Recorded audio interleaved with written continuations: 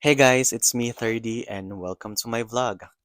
So, I have been trying to record this intro simula pa nung nasa Pinas ako, pero I just can't finish it kasi lagi ko siyang dinidelete.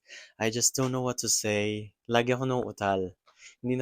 Kasi hindi na ako sanay mag-vlog. It's just super hard for me. Tinatry ko pang masanay ulit mag-vlog, magsalita in front of the camera. Anyway, I'm back home here in Germany.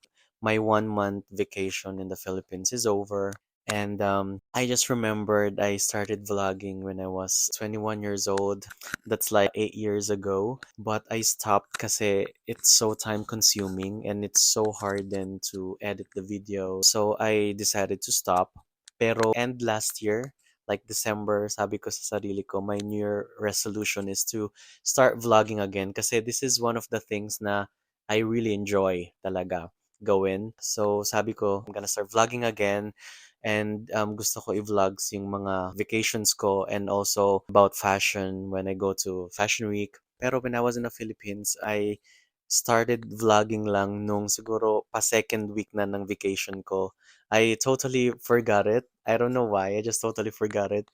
I guess I just needed someone to, push me and like someone to tell me na go na, gawin mo na, mag-start ka na mag-vlog. Nag-start lang ako mag-vlog nung nasa Siargao na ako. Mga second day ko na sa Siargao when I met this vlogger sa Siargao. I can't remember her name. Parang may heart yata yung name niya.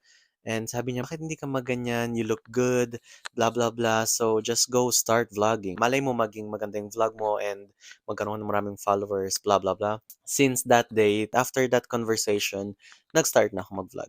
So yeah, I'm still learning, so bear with me. I just want to say that this vlog is just all about my experiences in the Philippines. This is all about just having fun. Kung nabobored ka, just watch it. I hope you guys like it. Sorry for the long intro. Bye!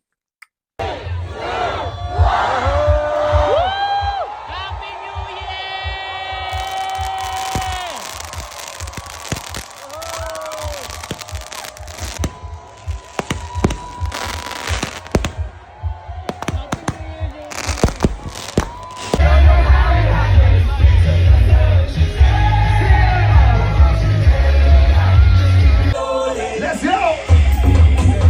Don't forget to tag us on Facebook.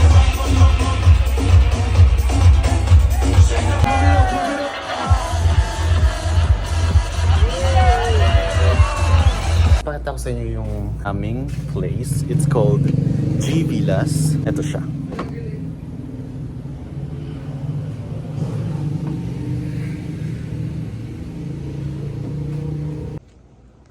So, ayan yung mga private villas. Mas mahal sila kaysa dito sa place namin kasi as you can see, meron kaming neighbor. Sa kanila wala. Tsaka maliit lang siya. 1, 2, 3, 4, 5. 5 lang.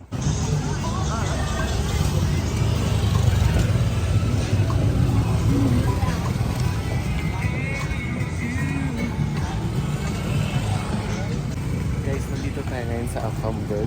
Maghanap tayo ng Afam. Alam ka ba?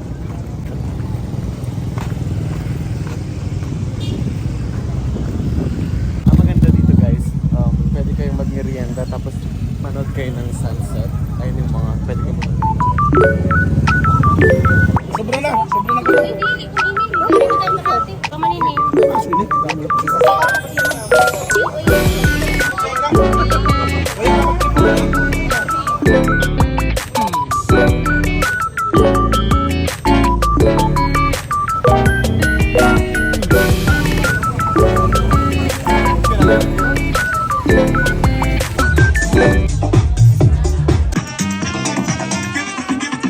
Morning guys, it's our third day here in Siargao and it's 6 a.m. in the morning and nandito kami ngayon sa laundry shop kasi kailangan namin magpa-laundry dahil lahat na ng mga damit namin baho na. So, dapat meron kaming island hopping tour today ng 7 pero yung agent na message namin hindi siya nag-reply. So, walang confirmation. So, feeling namin hindi kami matutuloy. Kaya, gumising na lang kami and maghahanap kami ng magandang pag-breakfastan yung Instagrammable para picture-picture na rin, content na rin.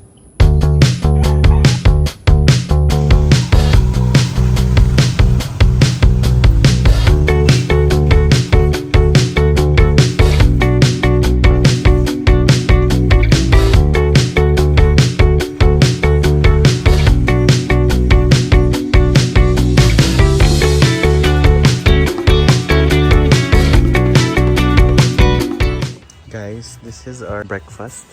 Corned beef rice with egg.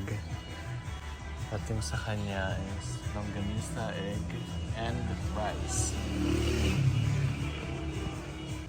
Kain na guys. Thank you.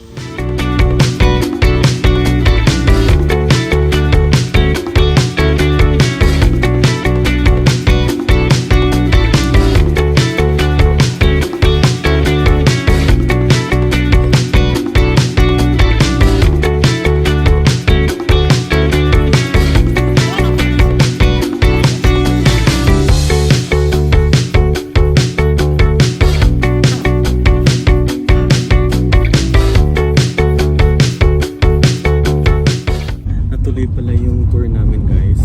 On the way na kami sa island hopping namin. Biglang tumawag yung susundo sa amin na ipipick up kami. So, nagdali-dali na lang kami at go na. Kasi sayang yung ganda ng weather. Umaraw. So, tuloy ang island hopping. Let's go.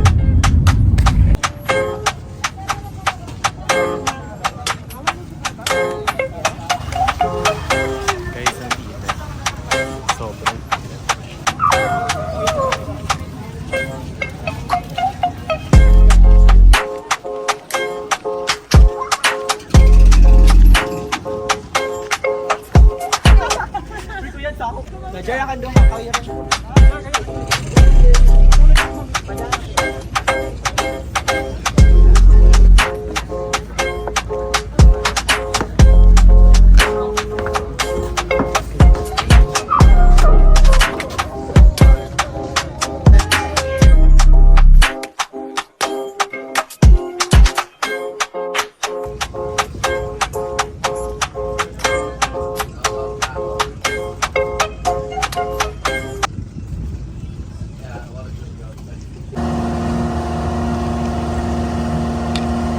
Nandito na kami sa Guyam Island. So mag-stay kami dito ng 1 hour and after that, punta na kami sa another island. Ano yung next na island? Daco Island. Daco Island and then Naked Island. So, swimming muna kami dito. Pag low tide, then pupunta kami sa saan yun? Secret Island. So, we just took some pictures and contents. Tsaka nag-swimming na rin kami. Ngayon, ano lang muna kami. Sunbathing lang and then in about 4 to 5 minutes, pupunta kami sa another island. So, ayun yung pants ko. Pinapatuyo ko kasi basang-basa na siya.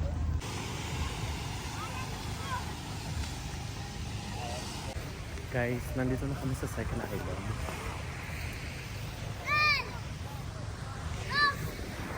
Anong pangalan ng island na to? Daco Island yata. Kain na kami. Boodle fight.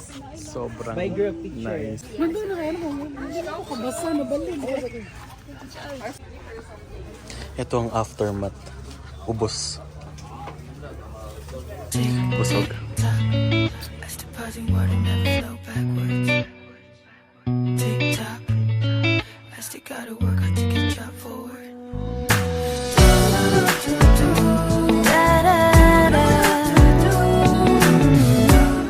Dumating na kami sa last destination namin, which is the Naked Island.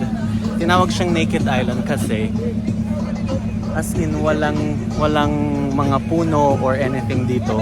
Ayan, hanggang dun lang siya. Tas ayan na siya.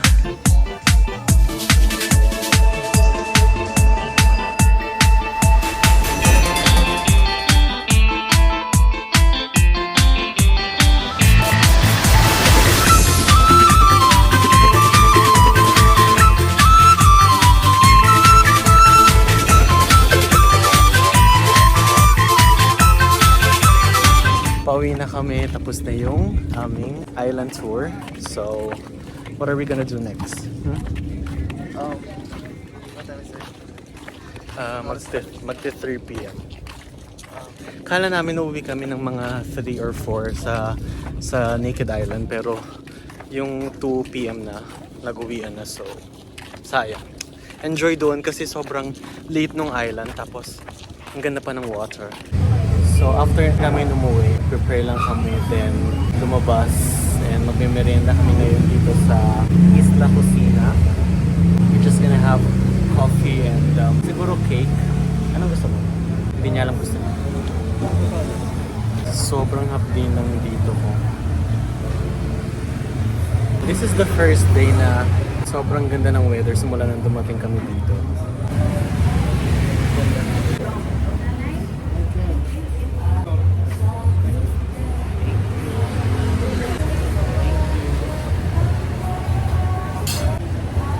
Mango Graham cheesecake.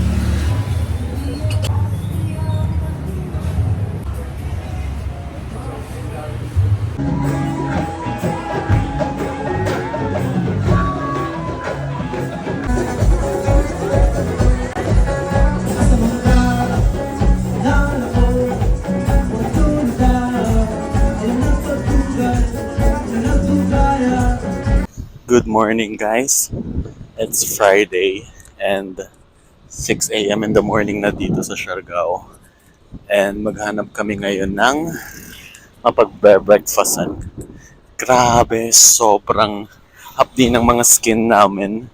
Lalo na sa akin dito sa balikat. Sobrang sunburn. So we're here at Las Palmas, Siargao for breakfast.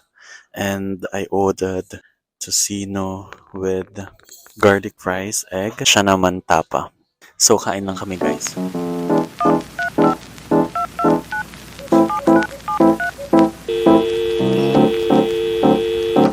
Hey!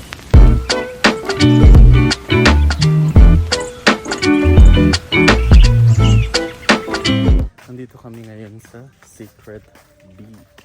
Hindi ko natanong bakit siya tinawag na Secret Beach. Ano nga natin bakit siya secret?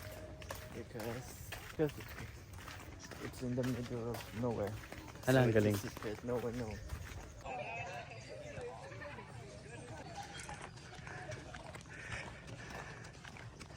Yes. Ano kaya yung mga ano na yan? Ano kaya yung mga butas na yan? Baka may mga butas.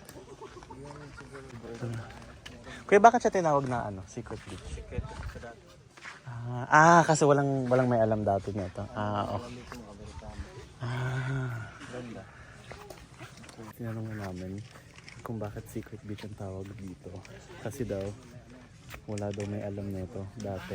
Ito yung sinasabi ni Kuya kahapon. Na ano? Nakita natin sa bangka dun sa kabilang boat ride yun.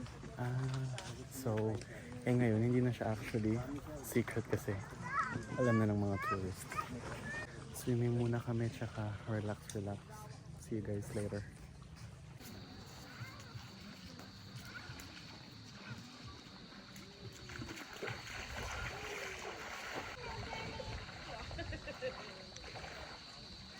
Ayun.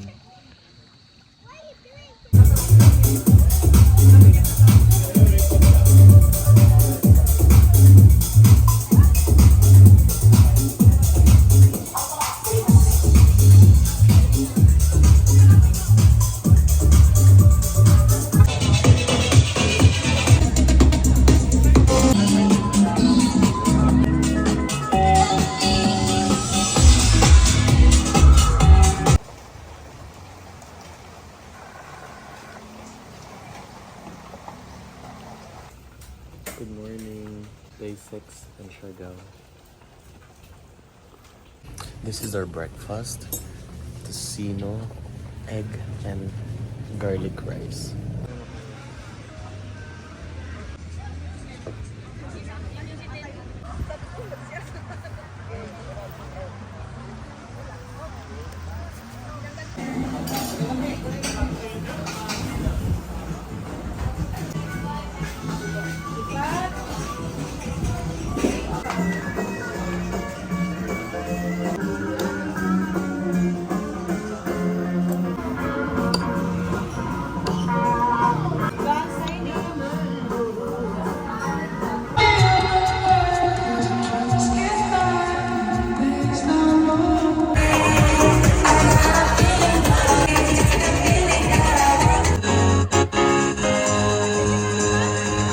Good morning, guys. It's our last day in Siargao.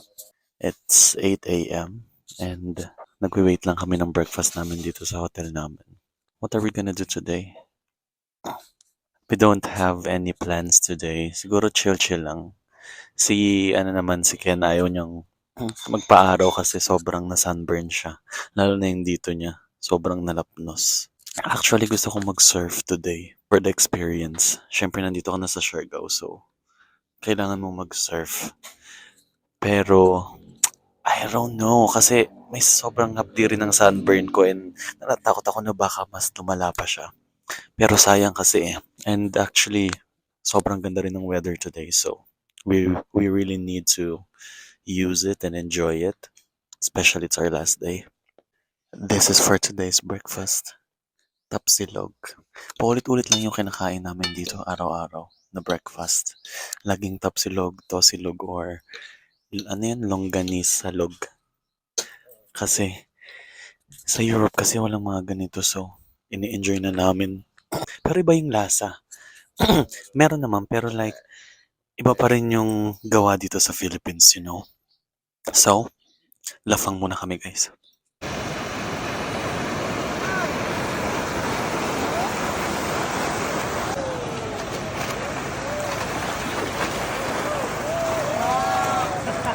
So guys, kakatapos na namin mag-surf.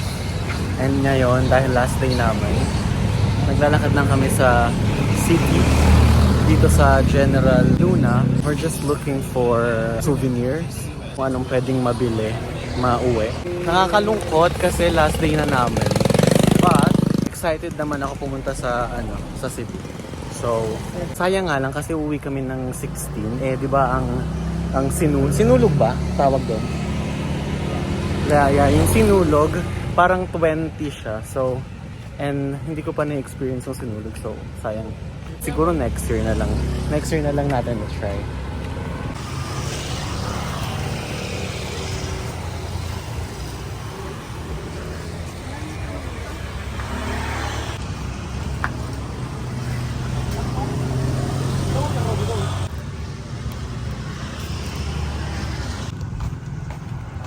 Siargao.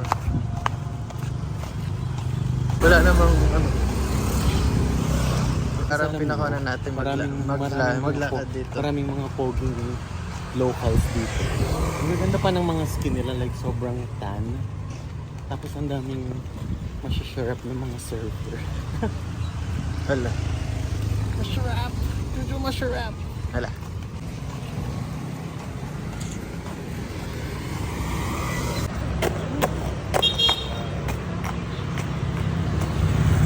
Good morning, guys. So, paalis na kami dito sa Siargao.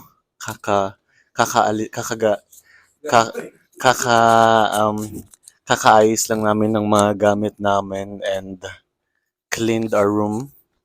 And now, nagwe-wait na lang kami sa aming picked up papunta ng airport. And after this, we're heading to Cebu. Nandito na kami sa van papuntang airport. It takes about 45 minutes. Depende kung may traffic.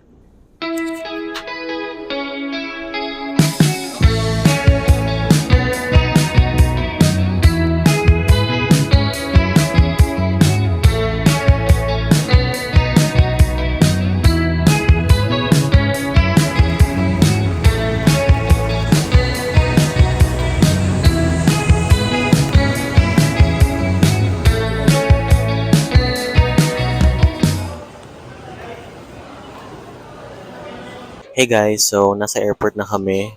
Palapit na kaming mag-boarding.